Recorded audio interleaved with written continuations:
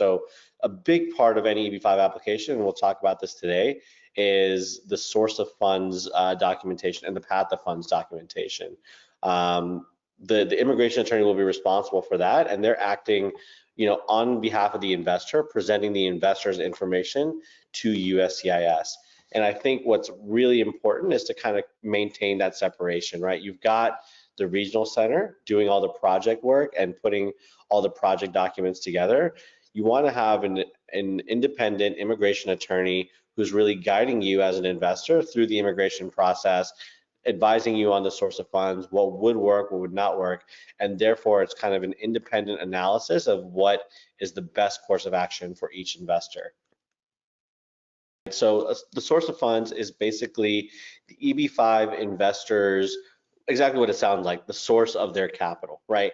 Now, the government, the US government and USCIS, their real job here is to make sure that any money that's being invested through the EB-5 program is the investor's own money that was lawfully obtained.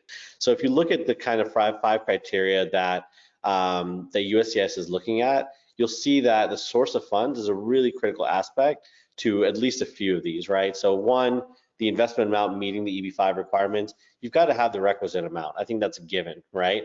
But not only does it have to be the requisite amount, you have to prove number two, which is that it was lawfully obtained. And if this step doesn't get proven at any point in the process, all the rest of it kind of doesn't even matter, right? If the investment capital documents, the source of funds that we're talking about, this is where the investor has a lot of control. And this becomes, in many cases, the variable. For most EB-5 applications, rarely do you see project-based denials with big reputable regional centers, but you can still see a denial for a source of funds that wasn't properly put together by an experienced attorney. Something else that we see is a lot of people focus on the source of funds, but they don't think about the path of funds. And the path of funds is equally important. The first of these is just ordinary income, right? Money that you've earned over time, either through your own business or through employment income. And you can use income from both yourself or your spouse.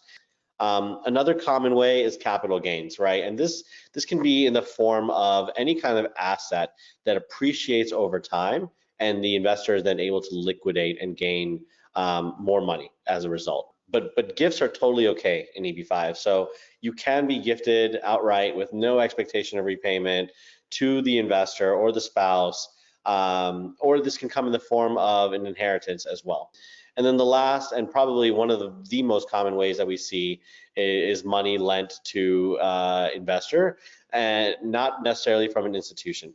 And one of the key things to remember is you're gathering these funds, and a lot of these different things that we just talked about require some form of taxation. So all of these things that require a taxable event, one thing that I really want to point out is you want to make sure that taxes that were due have been paid to the respective governments, whether it's inside the US or out. There's a lot of different ways that you can prove, first, that you were employed. Then the proof is that you actually received payment from that employer, right? Step one, prove that you were employed.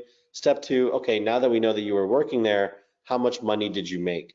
And this, you really do have to use either bank statements that show kind of a repeated flow of income, pay stubs, obviously if you have them, yearly, annual tax reporting, any kind of form that shows your total income, how much of it was taxed, how much of it was your take home. You have to show your ability to start this business, that the business did well, and that you ultimately made money from the business, okay? And this is a much more rigorous process where you're really gonna have to dig deep and find as much documentation as possible to show how your business that you created, possibly from scratch, has now kind of gained momentum, started producing income, and produced income for you to be able to save.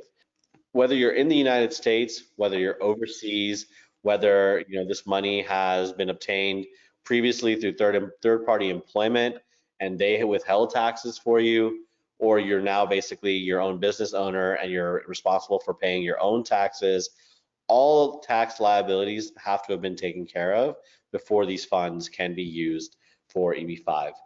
And then the last thing, and this one I think becomes really, this is the one I probably see the most often, and What really ends up being a challenge for countries, especially like India, where there's a lot of investing going on pretty much at all times, is tracing from source to the current account. You want to narrow it down to 3 or 4 different things that you're doing with your money and only use those funds, right? So find the path of least resistance. And then secondly, you want to establish a pattern and make sure that it seems legitimate. Moving money outside of India has become quite expensive and quite a pain.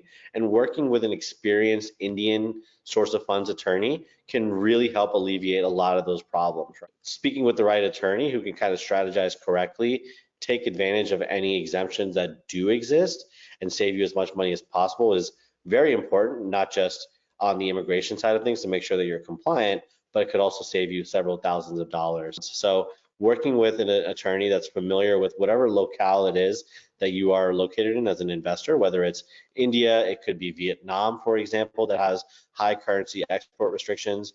You want to make sure you're working with an attorney that understands the local environment in which you've earned and are now transferring the money out from, and also the US environment where you're transferring the money into. In places like India, we see this very often where there's ancestral property that's been handed down through the generations, and maybe an investor came into possession of that property. As a result, over the years, that property is now appreciated significantly in value, and they're now able to sell it at a much higher price. That's great, but you have to be able to show two main things. One, possession of the property, and two, that the valuation of the property is accurate. So the first thing, again, translation of foreign documents.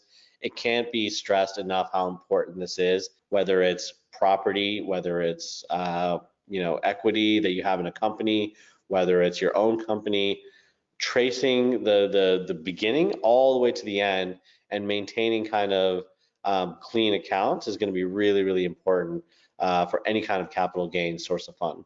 So it seems crazy, but just getting the funds as an inheritance is not enough for USCIS. They need to know also, how did the donor come across this money, right? Whether it was real estate, whether it was actual cash, whether it was maybe in investments in brokerage accounts, they need to know basically how did the donor come up with their source of funds, and then ultimately that the gift was made properly to use. A gift kind of follows the exact same rules, right? The gift is being given by someone who's a family or a friend. You're going to want to establish that relationship, and then again, you're going to have to show their source of funds and go through that detailed analysis of where they got that money from that they are now gifting to you. I think that the inheritance and gift taxes are ones that are the most commonly overlooked. People do usually end up paying their personal and corporate taxes, but for some reason, when it comes to estates, gifts, inheritances, there's a lot of people that just end up forgetting that, oh yeah, someone just gifted me this money, I have to pay the man. And again, we come down to tracing. This is always going to be a key point, right? You just want to make sure that there's no break, right? So you've gone through the hassle of going through the source of funds for the giftor and making sure that you've shown this is where all the gift money is coming from. It's now okay to go out and get a loan from a family member, a friend, or an unsecured loan from a family member or friend, and basically use that money for your EB-5 investment. But it comes with a caveat, right? We're no longer looking at kind of why the loan is given to you, but we are still going to look at where that money came from and how that money was sourced. If it's someone who's giving you money, that's not an institution, you want to make sure that they're sourcing their funds all the way back to where it first came to them, either through employment income, ordinary income, or if it came from an institution, if they're taking out a loan to help you or something like that. It kind of follows from there. You really want to, I don't want to say spin the story, but you want to put together the story in a way that reads linearly. You want to start at the beginning and end up at the end, which is the $800,000 that you're going to be investing. And for every statement that you make, you want to prove that with a qualified exhibit. Rural, on the other hand, gives you actually double that. It gives 20%, which comes out to about 2,000 every single year. In addition, rural has the distinct advantage, and then rural basically means you're outside of a major metropolitan area, you're not near a big city, you're not counted as part of a major metropolitan area within the United States. rural projects get a huge leg up because they get priority processing. If you're an Indian and let's say you're in the United States, you're already sitting through the like grueling backlog of EB2, EB3, and you want to avoid dealing with that in the future in the EB5 category as well, especially since you're investing so much money. It's kind of a no-brainer at this point that you have to go into a rural project that has the space